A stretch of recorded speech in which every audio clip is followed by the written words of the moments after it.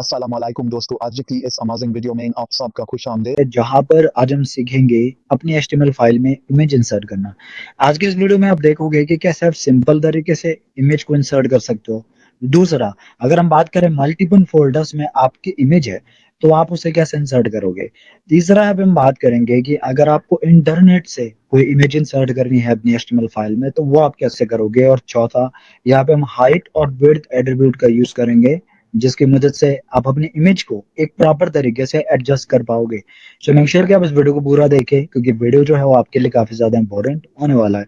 तो बिना किसी देर के शुरू कर दें इस वीडियो को। सो नॉर्मली आगे हम अपने एडिटर पे और यहाँ पे आप देख सकते हो कि अभी सिर्फ सिंटैक्स हमने लिखा है और सिंपल यहाँ पे ब्लैंक आउटपुट है, इसके अलावा कुछ नहीं है। अब सबसे पहला, ये जो मेरी फाइल है ये कहाँ पे है, ये डेस्कटॉप पे, ये able.html के नाम से हमने अब रखा हुआ है और यहाँ पे मैंने एक इमेज रखी है लैपटॉप 1। ठीक है, ये हमारी एक इमेज है और इस इमेज को हम अभी हमारी HTML फाइल में इंसर्ट करेंगे। तो अब वो कैसे करेंगे वो समझते हैं। अब इसके लिए सिंपल हमें जो कोड लिखना है वो क्या है, सबसे पहले हमें यहाँ पे लिखना है img, जिसका मतलब है इमेज। हमने टैग स्टार्ट किया, इमेज लिखा। इसके बाद src, src का मतलब है सोर्स। इसका सोर्स क्या है, आप इसे ला कहाँ से रहे हो। इसके बाद इस सोर्स में हमें दो चीजें लिखनी होती है, एक होता है फाइल का नेम, ठीक है, और डॉट उसका एक्सटेंशन कि वो किस तरीके की फाइल है। ठीक है, तो हमें दो चीजें लिखनी होती है, मैंने ऐसा लिख दिया है सिंपल, बट आप समझो। तो हमें एक फाइल नेम लिखना है और एक उसका एक्सटेंशन लिखना है। तो सबसे पहली चीज, ये रही हमारी फाइल लैपटॉप 1, तो हमें इसका नाम पता चल गया, फाइल नेम ये है। इसका एक्सटेंशन क्या है, उसके लिए आपको इसे सेलेक्ट करना है, राइट क्लिक करके इसकी प्रॉपर्टी को एक बार चेक कर लेना है, सिंपल।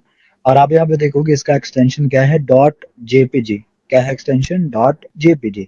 हम सिंपल अपने एडिटर पे आ जाते हैं और फाइल नेम की जगह मैं लिख देता हूँ उसका नाम, जो कि है लैपटॉप 1। ठीक है, और एक्सटेंशन में हम लिख देंगे, यहाँ पे डॉट लिखा हुआ है ऑलरेडी, हम यहाँ लिख देंगे सिंपल जेपीजी। ये हमने लिखा, कंट्रोल एस किया। अब इसे यहाँ पे करते हैं रिलोड, लेकिन ये क्या, हमारा आउटपुट तो आ नहीं रहा। अब क्या आप इस कोड पे देख के बता सकते हो कि इसमें मैंने क्या छोटी सी गलती करी है, एक बार इसे ध्यान से देखो और वीडियो को पॉज करके ट्राई करो कि क्या आप इसकी गलती ढूंढ पा रहे हो। तो मैं आपको यहाँ पे बताता हूँ, यहाँ पे हमने इक्वल नहीं दिया है। जैसे मैं यहाँ पे इक्वल लूंगा, आप देखोगे कि ये जो लैपटॉप 1 वगैरह मैंने लिखा था इसका कलर पहले ब्लैक था और अब एक लिंकिंग फॉर्मेट में यहाँ पे आ गया है। और अब इसे कंट्रोल एस करते हैं, यहाँ पे आते हैं और इसमें करते हैं रिलोड। और आप देखोगे कि जो इमेज है वो यहाँ पे आ गई है कुछ इस तरह से आपके सामने। सो आई होप कि ये जो पोर्शन है वो आपको क्लियर हो गया होगा। लैपटॉप 1 जो कि फाइल नेम है, डॉट जेपीजी जो कि उसका एक्सटेंशन है, और ये हमारा है कोड फॉर्मेट। इतना क्लियर।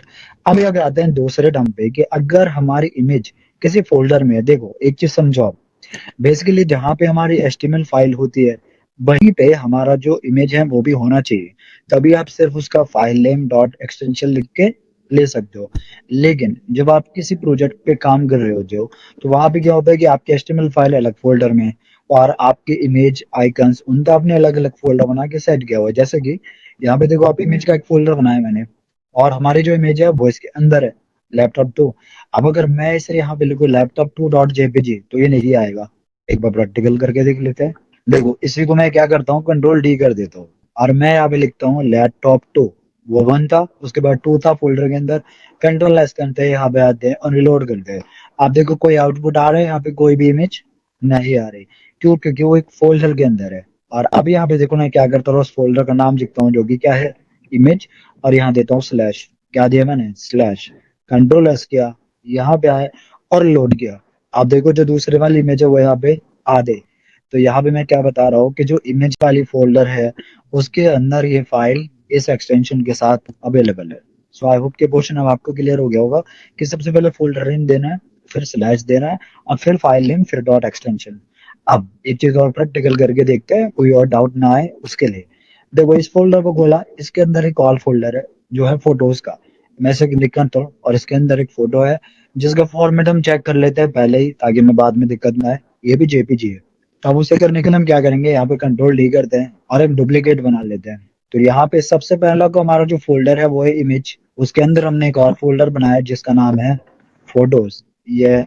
और उसके अंदर जो फाइल थी वो है लैपटॉप। तो अभी आप इस कोड को समझो कि इमेज फोल्डर के अंदर एक और फोल्डर है जिसका नाम है फोटोज, और उस फोल्डर के अंदर एक फाइल है लैपटॉप जो कि डॉट जेपीजी एक्सटेंशन के साथ है। अब इसे कंट्रोल एस करते हैं, यहाँ पे आते हैं, रिलोड करते हैं और यहाँ पे देखते हैं कि हमारी वो वाली फाइल यहाँ पे आ गई है, जो कि ऑन स्क्रीन आप देख पा रहे हो, जो तीसरी वाली इमेज थी। सो आई होप कि पोर्शन क्लियर हो गया होगा। अब यहाँ पे आते हैं चौथे टर्म पे, जो कि इन तीनों इमेजेस के लिए बहुत इंपॉर्टेंट है। कैसे, मैं आपको बताता हूँ। सबसे पहले तो इसे 100 के साइज पे कर लेते हैं। आप देखोगे इमेज बहुत बड़ी है। अब यहाँ पे मुझे तो इमेज इतनी बड़ी नहीं चाहिए होगी। अगर हम कोई वेबसाइट बनाते हैं तो उसमें जो भी इमेज हो उसे हम अपने हिसाब से सेट करेंगे। उसके लिए हमें यूज करना होता है हाइट और विड्थ एट्रीब्यूट। तो यहाँ पे मैं क्या करता हूँ, यहाँ पे आएंगे और मैं ले लेता हूँ हाइट। इसके क्या ले लें हम, हाइट ले लेते हैं 200। और यहाँ पे हम इसके जो विड्थ है वो कितने ले लें। तो हमने ले लिया यहाँ पे विड्थ, कितनी ले लें हम, यहाँ पे विड्थ 300 ले लेते हैं। ये लेने के बाद इसे कंट्रोल एस करेंगे, यहाँ पे आएंगे और रिलोड करेंगे। तो ये तो ऐसे आ गया, लेकिन हमने कुछ गड़बड़ कर दी। अब वो गड़बड़ क्या है कि यहाँ पे डबल फोर्स आना चाहिए, तो मैंने हटा दिया। देखो जेपीजी के बाद में कंट्रोल एस किया और रिलोड कर दिया। तो ये इमेज होगी काफी छोटी, तो इसे हम 200 ही कर देते हैं, क्योंकि फिर तो मुझे लगता है ज्यादा बड़ी हो गई है। स्क्वायर इमेज है। ये देखो ये हो गया। यही सेम जो हमारा कोड है वो हम कॉपी कर लेते हैं, यहाँ पे आते हैं और पेस्ट कर देते हैं। यहीं पे आते हैं, पेस्ट कर देते हैं, कंट्रोल एस करते हैं, यहाँ पे आते हैं, रिलोड कर देते हैं। और आप देखो तीनों की तीनों जो इमेज है वो बिल्कुल सेट होके आ गई है। यहाँ पे जो हमारे लास्ट वाली इमेज है, इसको हम थोड़ी सी विड्थ बढ़ा देते हैं ताकि थोड़ा और अच्छा लगे, तो 300 कर देते हैं। यहाँ में आके रिलोड करते हैं।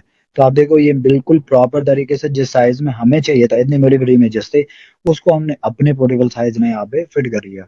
सो आई होप कि गाइस इमेज कैसे इंसर्ट करते हैं बाय यूजिंग फोल्डर, और इस तरीके से आपको ऐसे उसे हाइट और विड्थ के साथ एट्रीब्यूट के साथ कर सकते हैं, वो आपको क्लियर हो गया।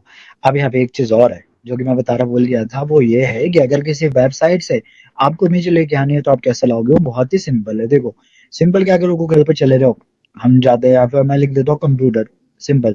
और कोई सी भी इमेज हम खोल लेते हैं, यहाँ पे कोई भी इमेज खोल लो इंडिविजुअल, जैसे ये एक इमेज है, राइट क्लिक करो उस पे और यहाँ पे कर लो कॉपी इमेज एड्रेस। क्या कर रहा है, कॉपी इमेज एड्रेस। ये क्या, सिंपल यहाँ पे आएंगे और एक सिंपल सा कोड लिखना है, इमेज सोर्स लिखना है इक्वल, इसके आगे बस उसे पेस्ट कर दो और डबल कोट्स के अंदर बंद कर दो। इसके अलावा कुछ नहीं करना, यहाँ पे आए और रिलोड कर दो, आपकी जो इमेज है वो यहाँ पे आ जाएगी। सो आई होप कि दोस्तों जो इमेज टैग है वो आपको क्लियर हो गया होगा। आई होप कि जो वीडियो है वो आपको पसंद आई होगी। अगर ये वीडियो आपको अच्छी लगे तो प्लीज वीडियो को लाइक करें, शेयर करें, साथ ही कमेंट करके मुझे बताएं कि वीडियो आपको अच्छा लगा या नहीं। Thank you.